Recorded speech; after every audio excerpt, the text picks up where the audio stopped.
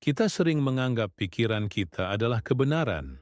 Suara di dalam kepala yang berkata, "Kamu gagal, orang itu membencimu, atau hidupmu tidak akan berubah."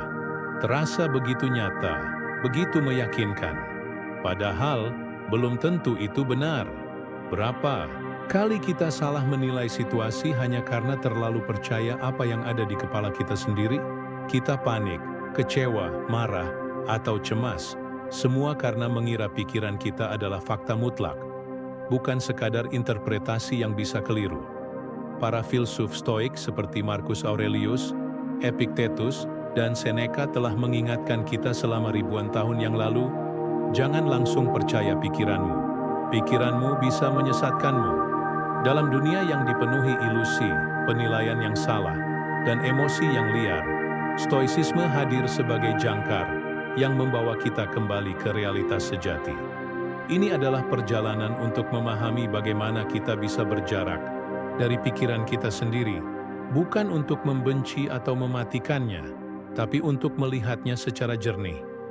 Kita akan belajar bahwa tidak semua yang kita pikirkan perlu dipercaya, dan dari sana, kita mulai menemukan kedamaian yang sebenarnya. Bayangkan kamu sedang berjalan di jalan, lalu seseorang menatapmu tajam. Seketika pikiranmu berbisik, "Dia pasti tidak suka padaku." Dan tubuhmu merespons mungkin dengan gugup, marah atau tersinggung. Tapi tunggu sebentar, apakah benar orang itu membencimu? Atau mungkin dia sedang melamun? Mungkin dia bahkan tidak sadar sedang menatapmu. Tapi karena kamu langsung mempercayai pikiranmu, emosi pun ikut bergejolak. Itulah jebakan yang sering kita alami. Kita terlalu cepat mempercayai pikiran kita sendiri, seolah-olah itu adalah kenyataan yang tak terbantahkan. Stoik, terutama Epictetus, punya pandangan yang sangat tajam soal ini. Ia berkata, bukan peristiwa yang membuat kita marah atau sedih, tapi pendapat kita tentang peristiwa itu. Jadi, bukan karena seseorang menatapmu kamu jadi gelisah, tapi karena pikiranmu tentang tatapan itu. Pikiran adalah penafsiran, bukan kebenaran. Marcus Aurelius, dalam Meditations, sering mengingatkan dirinya sendiri bahwa segala sesuatu hanyalah opini. Ia menulis, "Singkirkan opini, dan kamu akan selamat." Maksudnya, jika kamu bisa mengamati suatu kejadian tanpa langsung memberinya label atau penilaian, maka kamu akan terhindar dari banyak penderitaan emosional. Misalnya, kamu mendapat kritik dari atasan. Pikiranmu langsung berkata, "Aku tidak cukup baik." Tapi itu hanya penafsiran. Fakta objektifnya hanyalah, kamu mendapat masukan. Kamu yang menambahkan bumbu emosi dan rasa tidak berharga ke dalamnya. Jarak antara pikiran dan reaksi. Stoik mengajarkan kita untuk menciptakan jarak antara stimulus, apa yang terjadi, dan respons, bagaimana kita bereaksi. Di antara keduanya, ada wanderer dan di sanalah kebebasan kita berada. Pikiran bisa muncul kapan saja, dan kamu tidak bisa mencegahnya. Tapi kamu bisa memilih apakah akan mempercayainya atau tidak. Sama seperti kamu tidak harus percaya semua yang orang lain katakan. Kamu juga tidak harus percaya semua yang pikiranmu katakan. Pikiran itu datang dan pergi. Cobalah duduk diam selama 5 menit dan amati pikiranmu.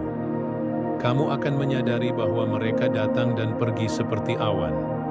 Kadang lucu, kadang aneh, kadang menyedihkan.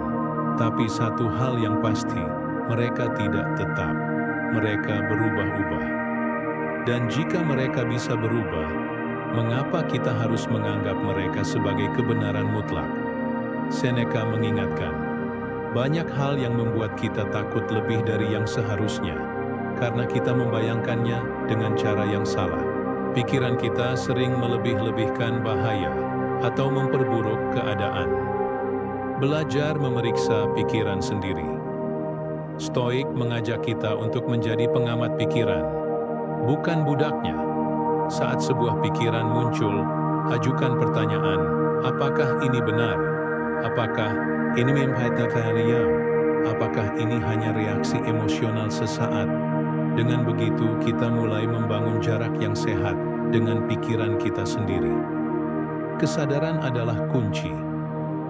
Kita tidak bisa mengendalikan semua pikiran yang muncul, tapi kita bisa melatih kesadaran untuk tidak langsung mempercayainya. Dengan latihan, kita bisa mengenali bahwa pikiran adalah hanya pikiran, bukan fakta, bukan perintah, dan bukan realitas objektif. Pikiran adalah alat, tapi seperti pisau, jika tidak digunakan dengan bijak, ia bisa melukai pemiliknya sendiri. Stoik mengingatkan kita untuk tidak terjebak dalam kebisingan batin kita. Belajarlah untuk melihat pikiran, bukan dari dalam, tapi dari luar, dengan jarak, dengan kejernihan, dan dengan hati yang tenang. Kita belum tentu bisa menghentikan munculnya pikiran yang menyesatkan, tapi kita bisa berhenti percaya begitu saja. Bayangkan dua orang terjebak dalam kemacetan panjang. Yang satu terlihat tenang, bahkan mendengarkan musik dan tersenyum. Yang satu lagi marah-marah, membunyikan klakson, mengumpat dalam hati. Padahal keduanya mengalami situasi yang sama, yaitu macet. Apa yang membedakan reaksi mereka? Jawabannya adalah pikiran mereka. Orang pertama mungkin berpikir, macet memang tidak enak, tapi aku bisa manfaatkan waktu ini untuk menikmati lagu atau berpikir.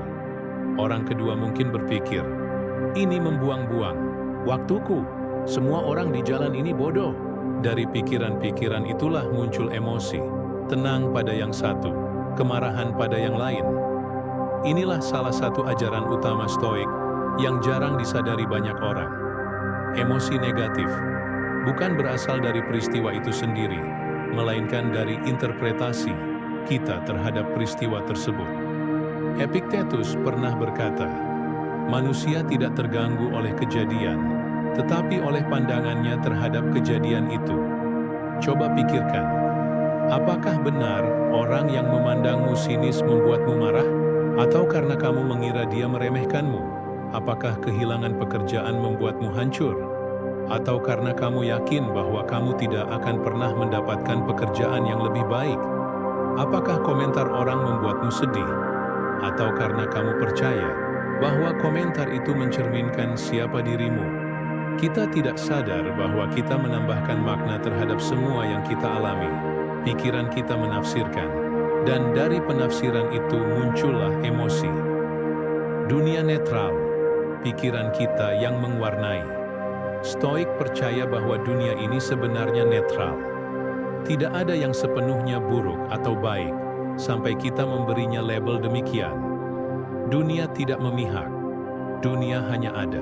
Yang membuatnya terasa pahit atau manis adalah bagaimana kita memikirkannya. Misalnya, hujan turun di hari libur. Bagi petani, ini anugerah. Bagi orang yang ingin piknik, ini gangguan. Bagi Stoik, ini hanya hujan, tidak lebih. Stoik mengajak kita untuk melucuti penilaian pribadi dari peristiwa. Dengan begitu, kita bisa mengurangi penderitaan yang tidak perlu. Emosi bukan musuh, tapi petunjuk. Stoik tidak pernah berkata bahwa kita harus menjadi robot tanpa emosi. Justru sebaliknya, mereka mengakui bahwa emosi adalah bagian alami dari manusia. Tapi mereka juga mengingatkan bahwa kita bisa belajar dari emosi, bukan dikendalikan olehnya. Saat kita merasa marah, sedih, cemas, atau takut, itu tanda bahwa ada sesuatu dalam pikiran kita yang perlu dilihat lebih dalam. Mungkin ada kelekatan, ekspektasi, atau asumsi yang tidak realistis. Marcus Aurelius menulis, kalau kamu marah, cari tahu apakah itu karena kamu berharap dunia berlaku sesuai keinginanmu? Dan seringkali jawabannya adalah, ya. Melatih diri untuk menunda penilaian. Salah satu latihan penting dalam stoicisme adalah menunda penilaian. Jangan langsung mengatakan, ini buruk, atau ini menyebalkan. Tahan dulu, amati peristiwanya. Biarkan emosi lewat tanpa harus langsung bertindak atau bereaksi. Misalnya, alih-alih berkata, orang ini menyebalkan, kamu bisa berpikir, Orang ini berkata sesuatu yang memicu emosiku. Tapi apakah aku harus bereaksi? Daripada berpikir, aku bodoh karena gagal, kamu bisa berkata, aku gagal. Itu fakta. Tapi bodoh, itu penilaian yang mungkin berlebihan. Dengan menunda penilaian, kamu memberi ruang pada kejernihan. Logika sebagai penyeimbang emosi. Stoik menganggap logika dan rasionalitas sebagai perisai pelindung terhadap emosi liar. Mereka percaya bahwa saat kita berpikir jernih, kita bisa menyeimbangkan diri. Ini bukan berarti menolak emosi, tapi menyadari bahwa emosi harus dikaji sebelum dipercaya. Seneca berkata, kemarahan adalah kegilaan sesaat. Maka penting untuk tidak membuat keputusan saat sedang dikuasai emosi. Tunda, renungkan, lalu bertindak dari tempat yang lebih jernih. Latih diri untuk bertanya, apakah aku sedang berpikir jernih? Apakah emosiku masuk akal? Apa yang bisa aku kendalikan dalam situasi ini? Marcus Aurelius sering memuji ayah angkatnya, Antoninus Pius, karena tidak pernah terlihat marah meskipun memegang kekuasaan sebagai kaisar. Antoninus bisa saja memerintah dengan otoritas dan menuruti emosinya, tapi ia memilih untuk menahan diri. Ia memberi contoh bahwa kemarahan bukanlah tanda kekuatan, melainkan ketidakterkendalian diri. Kita pun bisa belajar dari ini. Dalam situasi sehari-hari, baik saat dipotong orang di jalan, dikritik tanpa alasan, atau dikecewakan oleh orang terdekat, kita bisa memilih untuk menanggapi dengan tenang, bukan bereaksi dengan kasar. Ini bukan soal menahan emosi dengan paksa, tapi tentang tidak langsung mempercayai emosi sebagai kebenaran. Emosi itu seperti alarm.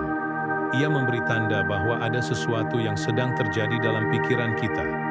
Tapi tidak semua alarm berarti bahaya. Kadang hanya butuh dicek ulang. Stoik mengajarkan kita untuk tidak anti emosi, tapi tidak dikuasai emosi. Kita boleh merasa, tapi kita juga harus berpikir. Kita boleh sedih, tapi jangan larut. Kita boleh marah, tapi jangan dikendalikan olehnya. Kuncinya adalah menyadari bahwa semua emosi berasal dari pikiran, dan pikiran bisa dilatih, dipertanyakan, dan diperhalus. Semakin kita memahami hubungan antara pikiran dan emosi, semakin kita bisa menjalani hidup dengan damai, walau badai sedang menerpa. Bayangkan kamu sedang duduk di pinggir sungai. Di hadapanmu, air mengalir tenang.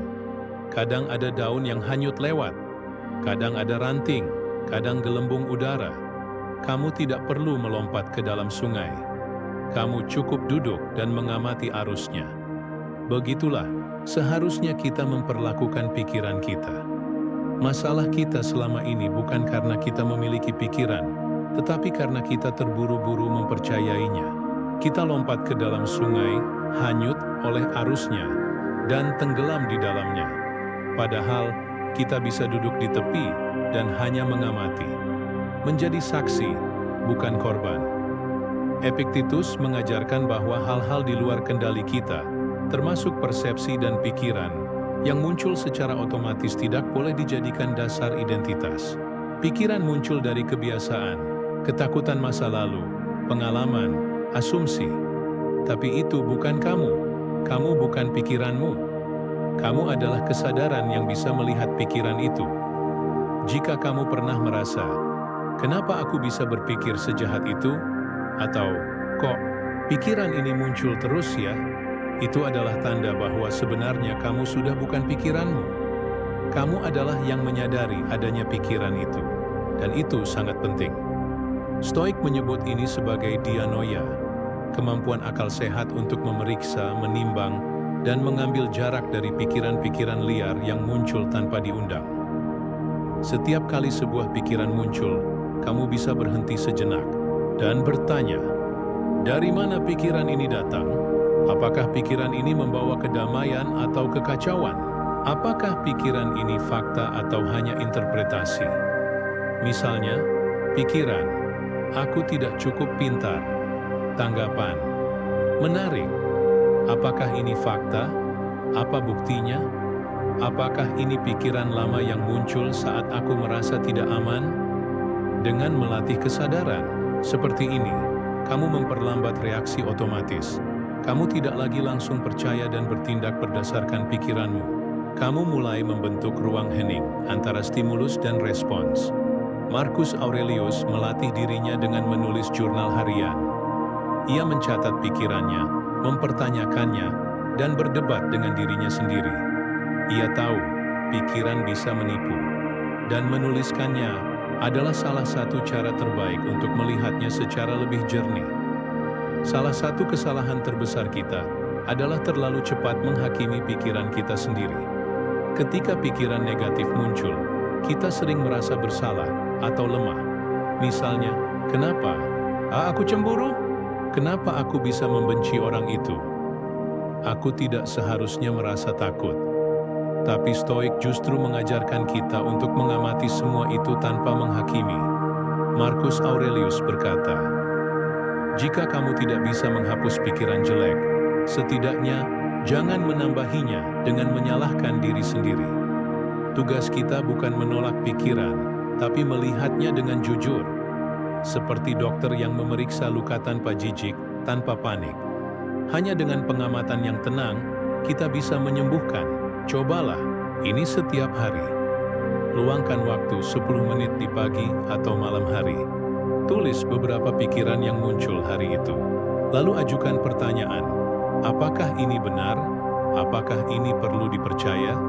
Jika orang bijak mengalami hal yang sama, apa yang akan dia pikirkan? Contoh, pikiran, aku tidak akan pernah sukses. Dialog, menarik.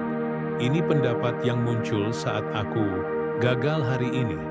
Tapi apakah kegagalan hari ini menentukan seluruh hidupku? Tentu tidak. Orang bijak akan melihat ini sebagai pelajaran, bukan vonis. Dengan membiasakan dialog seperti ini, kita perlahan-lahan memisahkan antara pikiran dan kebenaran.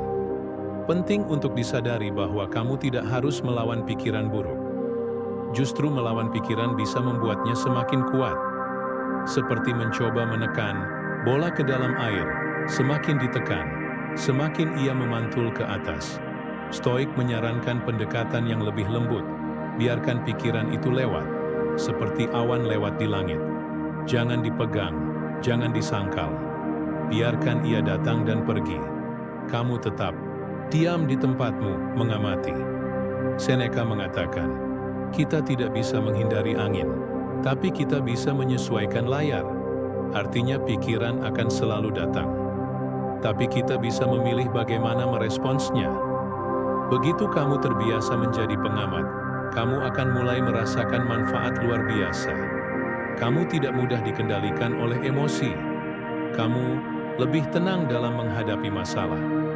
Kamu lebih bijak dalam bertindak dan mengambil keputusan. Kamu tidak cepat menghakimi diri sendiri. Dan yang paling penting, kamu mulai merasakan bahwa kamu berjarak dari dunia batinmu. Di balik pikiran yang datang dan pergi, kamu menemukan kedamaian yang tetap. Marcus Aurelius pernah menulis, "Batinku adalah benteng. Tak ada yang bisa memasukinya kecuali aku yang membiarkan."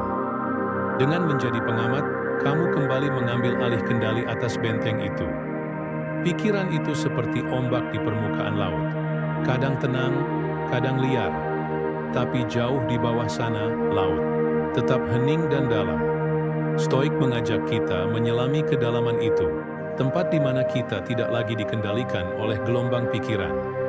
Dengan menjadi pengamat, kita tidak lagi hanyut. Kita tidak lagi panik karena badai pikiran sesaat.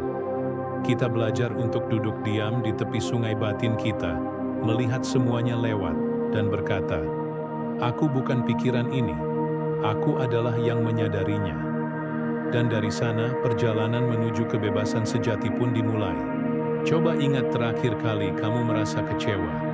Bisa jadi saat seseorang tidak menepati janji, atau saat harapanmu terhadap hasil kerja tak sesuai kenyataan, atau mungkin ketika orang yang kamu bantu ternyata tak membalas kebaikanmu. Di balik semua kekecewaan itu, jika kita perhatikan lebih dalam, selalu ada dua penyebab utama. Asumsi, kita mengira sesuatu akan berjalan seperti ini atau begitu. Ekspektasi, kita berharap sesuatu terjadi sesuai keinginan kita. Marcus Aurelius menulis, "Jangan berharap dunia memperlakukanmu seperti engkau memperlakukannya." Ini bukan ajakan untuk menjadi sinis, tapi peringatan bahwa asumsi dan ekspektasi adalah racun halus dalam pikiran kita. Racun yang bisa menggerogoti kedamaian batin jika kita tak sadar. Asumsi adalah seperti tamu tak diundang di pesta pikiran kita. Ia datang tiba-tiba, menyamar sebagai kebenaran, lalu mengambil alih. Tanpa kita sadari, kita sering berasumsi tentang apa maksud ucapan orang lain, apa yang dipikirkan orang tentang kita, apa yang akan terjadi di masa depan, apa yang akan dilakukan seseorang terhadap kita. Contoh, dia tidak membalas pesan, pasti dia marah. Kalau aku gagal presentasi ini, hidupku akan hancur. Orang ini senyum-senyum, pasti sedang menertawaiku. Semua contoh di atas adalah pikiran, bukan fakta. Tapi karena muncul secara otomatis dan terdengar meyakinkan, kita percaya begitu saja. Kita tidak memverifikasi, kita tidak bertanya, kita hanya percaya dan bereaksi. Epictetus berkata, hal buruk tidak berasal dari luar, tapi dari cara kita menilai hal itu. Dan banyak dari penilaian itu adalah hasil asumsi yang belum diuji. Ekspektasi adalah harapan yang dibungkus kepastian. Kita berharap sesuatu terjadi, lalu diam-diam mulai mempercayainya, seolah itu pasti terjadi. Dan ketika dunia tidak berjalan sesuai ekspektasi kita marah, kecewa, hancur. Masalahnya bukan karena dunia jahat, masalahnya karena kita sudah menciptakan naskah, dan saat dunia tidak mengikuti naskah itu, kita merasa dikhianati. Contoh, kita berharap orang lain memahami kita tanpa kita jelaskan. Kita berharap semua kerja keras kita selalu berbuah hasil yang kita inginkan. Kita berharap hidup selalu adil. Namun dunia tidak tunduk pada harapan kita. Dunia bergerak sesuai hukumnya sendiri. Tak peduli seberapa keras kita berharap. Salah satu pelajaran paling tajam dalam stoicisme adalah ini. Dunia tidak berutang apapun pada kita. Orang lain tidak wajib bersikap seperti yang kita harapkan. Kehidupan tidak wajib memberikan hasil seperti yang kita rancang. Realitas tidak harus cocok dengan imajinasi kita. Seneca menulis, ia yang menerima segalanya sebagai kemungkinan tidak akan pernah terkejut. Dengan kata lain, orang yang melatih pikirannya untuk tidak terjebak dalam ekspektasi akan lebih tenang dalam menghadapi realitas. Suatu saat kamu mengirimkan karya tulisan, desain, atau hasil pekerjaan, dan orang lain memberi kritik pedas. Kalau kamu memiliki asumsi bahwa orang ini harus menghargai usahaku, dan ekspektasi bahwa orang akan menyukai karyaku, kamu akan merasa diserang. Tapi Stoik akan berkata, apa yang dikatakan orang adalah hak mereka. Reaksiku adalah pilihanku. Alih-alih sakit hati, kamu bisa melihat kritik itu sebagai bahan evaluasi.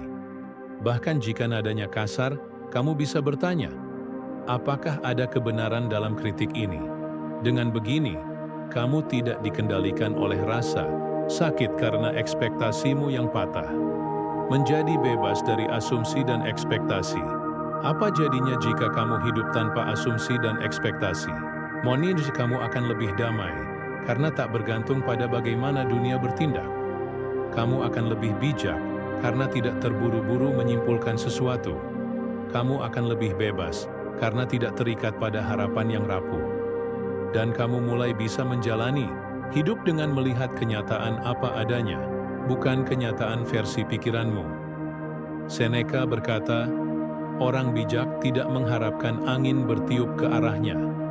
Ia belajar mengarahkan layar. Artinya, bukan dunia yang harus berubah, tapi cara kita menavigasi dunia.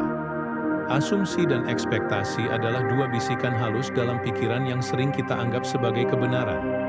Tapi keduanya adalah ilusi yang bisa menipu, menyakiti, dan melemahkan.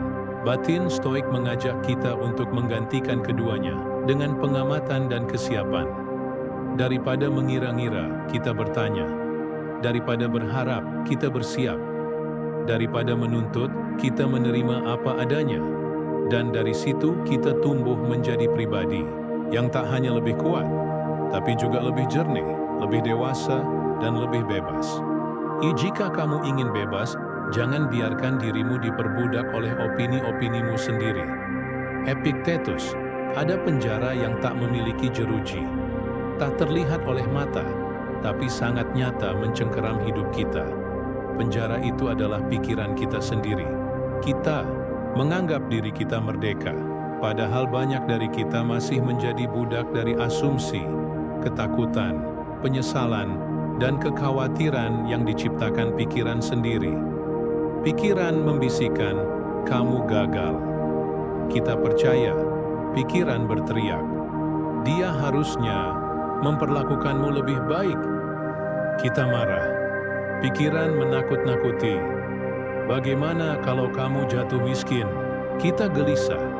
Tanpa kita sadari, kita telah menyerahkan kekuasaan tertinggi, kebebasan batin, kepada suara-suara liar dalam kepala kita.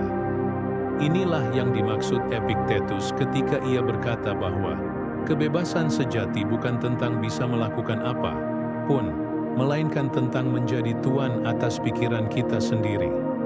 Bayangkan pikiranmu seperti Raja Lalim yang duduk di singgasana dalam dirimu, mengeluarkan perintah, membuat keputusan sepihak, dan menentukan arah hidupmu tanpa pernah kamu pilih. Secara sadar, raja ini bisa membuatmu takut pada hal-hal yang belum terjadi, menyesali hal-hal yang sudah lewat, dan menciptakan drama di mana-mana. Marcus Aurelius menulis dalam Meditations, "Tidaklah aneh jika kita lebih takut pada bayangan ketakutan daripada pada ketakutan itu sendiri." Pikiran, jika tidak diawasi, seperti penguasa yang terlalu lama berkuasa. Ia lupa bahwa tugasnya adalah melayani, bukan menguasai. Ia melenceng dari akal sehat dan menjadikan emosimu sebagai budak. Stoik mengajarkan bahwa kita harus mengembalikan pusat kendali dari pikiran kembali ke akal sehat. Mereka menyebutnya hegemonikon, bagian dari jiwa yang bisa menilai dengan jernih. Bukan pikiran otomatis, bukan bisikan emosi, tapi pengamatan sadar dan tenang. Seneca menulis, bukan hal di luar kita yang membuat kita menderita, melainkan cara kita memandang hal itu. Jika kita belajar untuk mengamati pikiran, bukan menjadi pikiran, kita akan mulai merasakan ruang batin yang lapang. Disitulah kebebasan sejati lahir. Mari kita periksa, apakah kamu masih hidup di bawah tirani pikiran? Kamu percaya semua yang kamu pikirkan. Setiap pikiran yang muncul kamu anggap penting, benar, dan harus dituruti. Tak ada ruang untuk bertanya, apa ini logis? Kamu dikendalikan oleh reaksi. Begitu orang berkata sesuatu, kamu langsung tersinggung. Begitu situasi berubah, kamu langsung panik. Tidak ada jeda antara stimulus dan respons. Kamu sulit diam, sunyi terasa menyiksa. Saat tidak ada yang mengalihkan, pikiranmu bising sendiri, memutar ulang kejadian masa lalu, mencemaskan masa depan, membandingkan hidup dengan orang lain. Jika tiga tanda ini akrab bagimu, maka saatnya kamu mulai membebaskan dirimu. Dalam dunia Yunani dan Romawi kuno, filsafat bukan sekadar teori atau debat. Filsafat adalah obat jiwa, terapeia, sebuah latihan harian untuk menyehatkan pikiran dan membebaskan diri dari penderitaan yang diciptakan oleh penilaian yang keliru. Epictetus menegaskan, jangan pelajari filsafat untuk menjadi pintar. Pelajarilah agar kamu menjadi bebas. Stoik bukan hanya bicara, mereka menjalani. Mereka duduk setiap hari, merefleksikan pikiran mereka, mencatatnya, mempertanyakannya, dan mengikis yang tidak sehat. Jika ada pikiran yang mengatakan, hidupku terlalu buruk, Seneca menjawab, apa yang bisa ku kendalikan di dalamnya? Jika ada pikiran yang berkata, aku tidak seharusnya gagal, Mereka akan menulis, apakah ini penilaian yang adil? Atau hanya rasa malu yang tak ingin dilihat orang?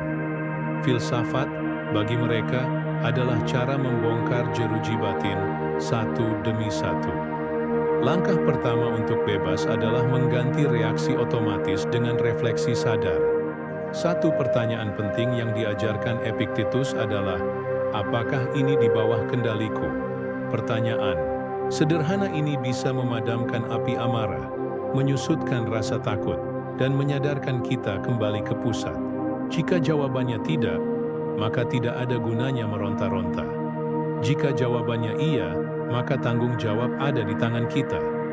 Dengan refleksi seperti ini, kamu tidak lagi langsung ditarik ke dalam cerita yang dibuat pikiranmu.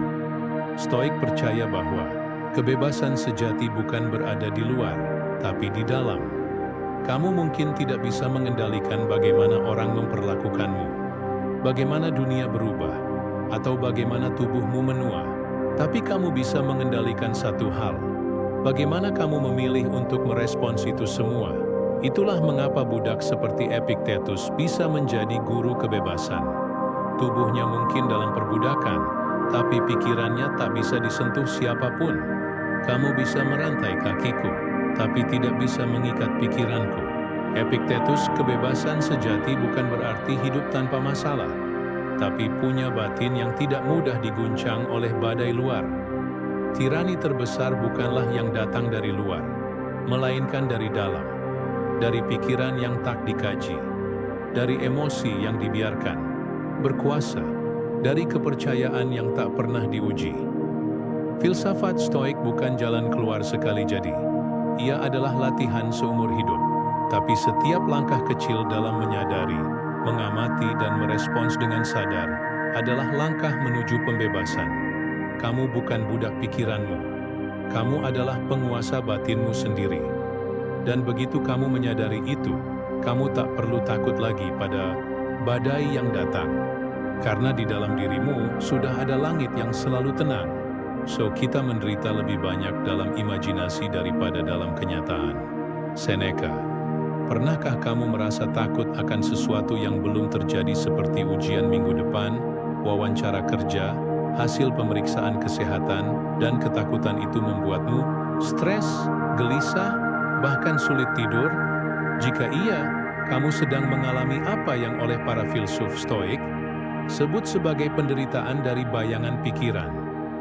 Kita manusia diberkahi kemampuan untuk berpikir ke depan. Tapi kelebihan itu bisa menjadi jebakan.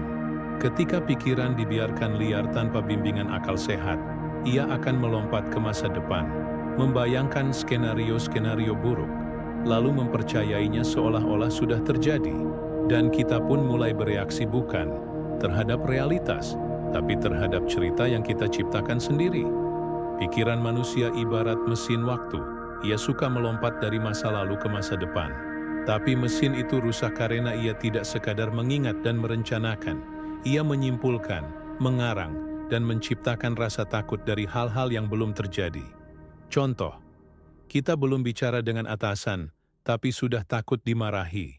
Kita belum mengirim lamaran, tapi sudah yakin akan ditolak. Kita belum mencoba, tapi sudah merasa gagal. Bayangan masa depan bisa tampak begitu. Meyakinkan hingga tubuh kita meresponsnya secara nyata. Jantung berdebar, perut mulas, tidur terganggu. Padahal semua itu belum terjadi. Stoik tidak menolak masa depan, tapi tidak diperbudaknya. Jangan salah paham, filsuf. Stoik tidak menyuruh kita berhenti merencanakan masa depan. Justru mereka sangat menghargai persiapan dan kehati-hatian. Tapi mereka menekankan satu hal penting. Jangan hidup di dalam imajinasi masa depan. Hiduplah di realitas saat ini. Marcus Aurelius menulis, jangan menyusahkan dirimu dengan seluruh hidupmu. Fokus saja pada momen sekarang. Apa yang sedang kamu kerjakan sekarang? Apa yang bisa kamu pikirkan dengan jernih sekarang? Ketakutan akan masa depan menjadi racun. Bukan karena masa depannya berbahaya, tapi karena cara kita membayangkannya terlalu dramatis dan tidak proporsional. Mengapa pikiran membesar-besarkan masa depan? Secara psikologis, pikiran dirancang untuk mencari ancaman. Ia ingin kita selamat. Tapi dalam masyarakat modern, banyak dari ancaman itu bukan harimau atau bahaya nyata, melainkan penolakan, kegagalan, atau rasa malu. Dan pikiran bereaksi terhadap ancaman sosial itu seolah-olah nyawa kita yang terancam. Maka muncullah kecemasan akan penilaian orang, takut akan masa depan yang tidak pasti, kebutuhan obsesif untuk mengendalikan segalanya. Stoik melihat ini sebagai kelemahan penilaian. Mereka mengajarkan bahwa kita harus melatih diri untuk membedakan mana yang nyata dan mana yang hanya kemungkinan. Untuk melawan bayangan masa depan yang menakutkan, Stoik melatih logika dan kejernihan. Caranya, ajukan pertanyaan jernih. Saat pikiran mulai berkata, "Bagaimana kalau semuanya gagal?" Balaslah dengan, "Apa buktinya? Seberapa sering hal terburuk benar-benar terjadi? Jika itu terjadi, apa yang bisa kulakukan?" Kembalikan perhatian ke saat ini. Apa yang bisa kulakukan sekarang? Apa langkah kecil yang bisa kuambil hari ini? Apa tugas konkret di depan mataku? Ulangi prinsip ini. Aku tidak akan menderita karena hal yang belum terjadi. Ini bukan tentang menyangkal masa depan, tapi tentang menempatkan masa depan di tempat yang wajar, di luar kendali kita untuk sekarang. Bayangkan seseorang yang hendak melamar pekerjaan. Ia belum mengirim CV-nya, tapi pikirannya sudah membayangkan, "Aku pasti kalah bersaing. HRD-nya mungkin tidak suka latar belakangku. Kalau aku gagal lagi, mungkin aku memang tidak layak." Lalu ia pun tidak jadi mengirim lamaran. Apa yang terjadi di sini? Ia dikendalikan oleh skenario masa depan yang belum ada. Pikiran menciptakan realitas palsu, dan tubuhnya bereaksi sungguh-sungguh terhadap kebohongan itu. Jika ia mengikuti prinsip Stoik, ia akan bertanya, apakah penolakan sudah terjadi? Belum. Apakah aku bisa mengontrol keputusan mereka? Tidak. Apa yang bisa kulakukan sekarang? Kirim lamaran dengan sebaik-baiknya. Inilah bentuk kebijaksanaan praktis. Membatasi kekuasaan pikiran hanya pada wilayah yang bisa dikendalikan. Uniknya, Stoik juga mengajarkan untuk membayangkan skenario terburuk, tapi dengan cara yang berbeda. Latihan ini disebut premeditatio malorum, yaitu membayangkan bahwa sesuatu bisa saja gagal, ditolak, atau tak berjalan mulus. Tapi tujuan latihan ini bukan untuk menakut-nakuti diri, melainkan untuk memperkuat batin. Contoh, mungkin presentasiku akan kacau. Mungkin orang akan tidak tertarik, tapi aku akan tetap tenang. Aku akan melakukan yang terbaik. Dengan begitu, jika hal buruk benar-benar terjadi, kita tidak kaget. Tapi jika tidak terjadi, kita bersyukur. Bayangkan tubuhmu seperti kapal. Ketika kamu bersiap menghadapi badai, kamu tidak berharap badai datang. Tapi kamu tidak gentar jika badai datang. Itulah esensi latihan Stoik. Marcus Aurelius sering mengingatkan dirinya, lakukan apa yang ada di depanmu, dengan jujur dan logis, tanpa terganggu oleh masa lalu atau masa depan. Stoik percaya bahwa kita hanya perlu menghidupi hari ini dengan bijaksana, karena esok, seperti kata Seneca, adalah sesuatu yang tidak dijanjikan kepada siapapun. Kita terlalu banyak memikirkan skenario besar. 5 tahun lagi, hidupku bagaimana? Tapi kita lupa bahwa masa depan 5 tahun itu dibentuk dari keputusan-keputusan kecil hari ini. Masa depan bukanlah musuh, tapi ketakutan kita terhadap masa depan adalah ciptaan pikiran yang belum tentu benar. Stoik tidak menyuruh kita berhenti merencanakan, tapi mereka mengajarkan kita untuk hidup dengan kesadaran, bukan dalam ketakutan.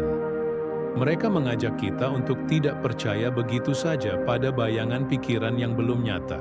Ingatlah, masa depan adalah kemungkinan, bukan kepastian.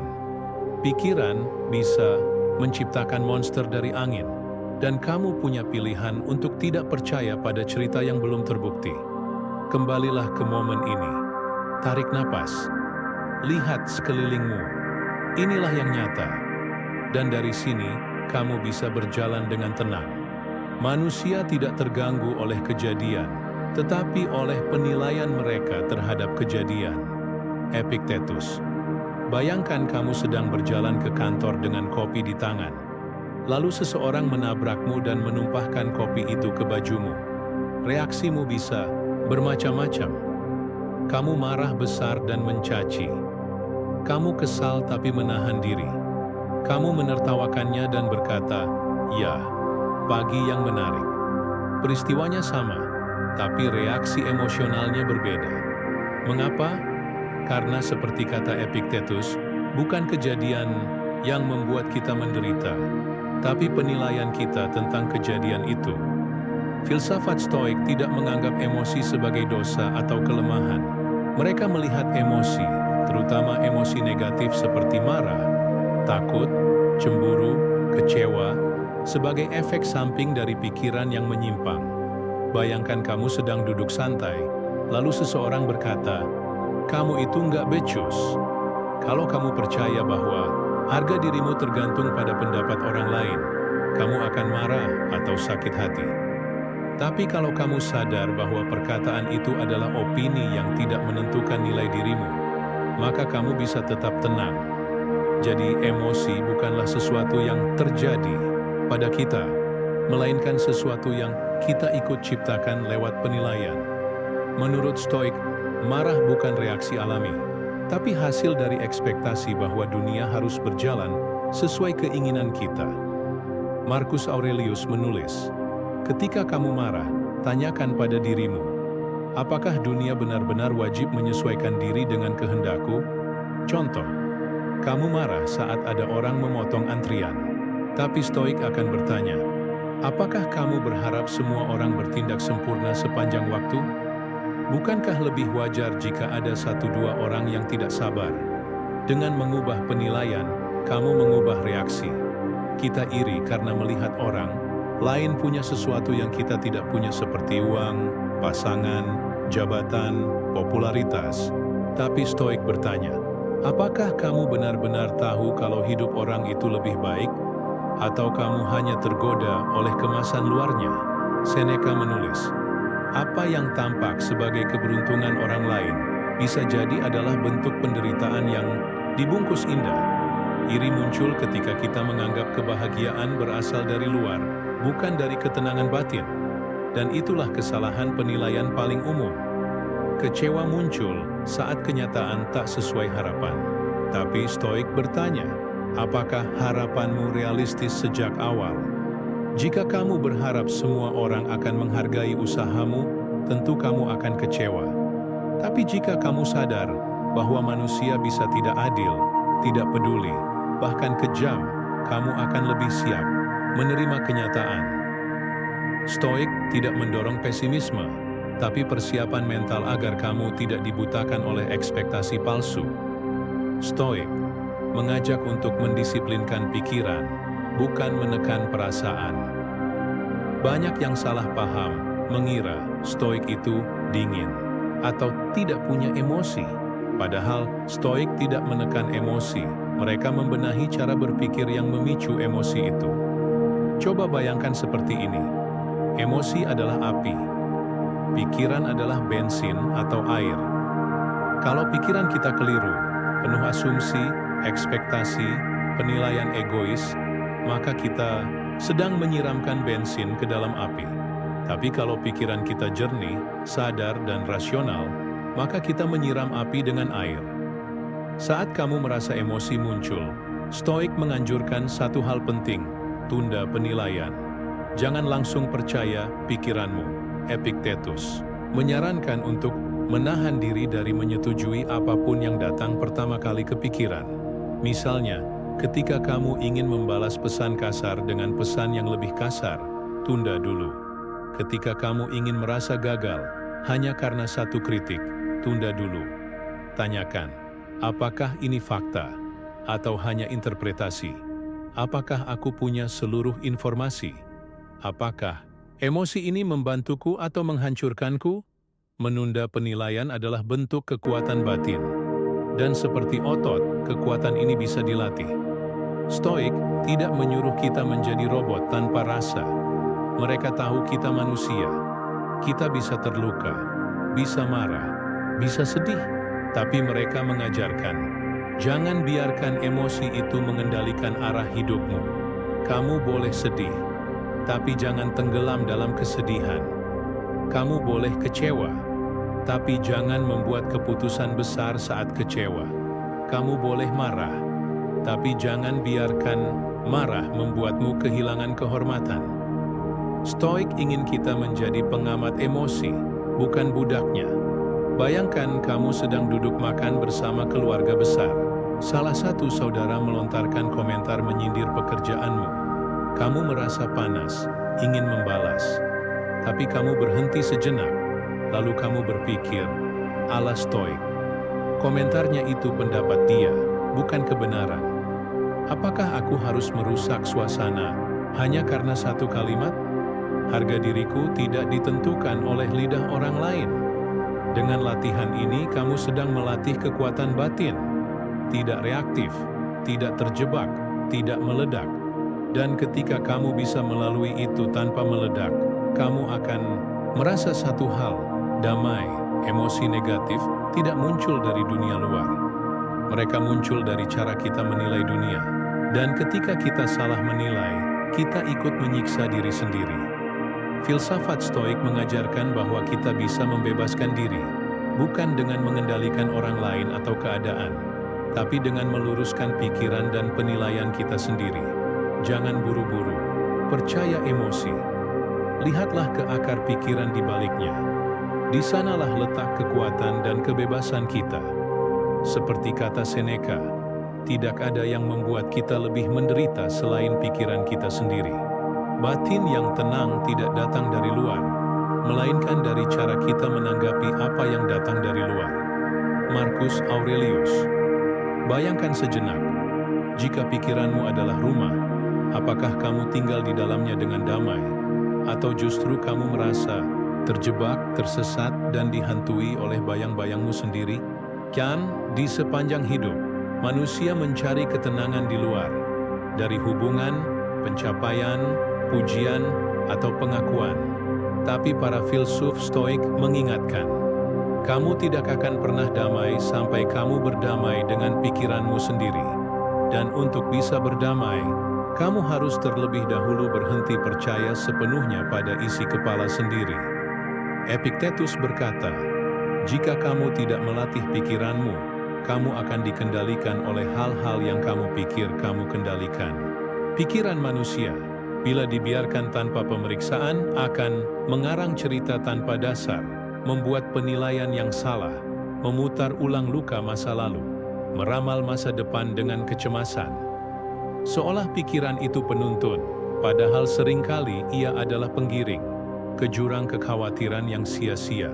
Dan itulah sebabnya Stoik mengajarkan, jangan langsung percaya, uji, diam, renungi.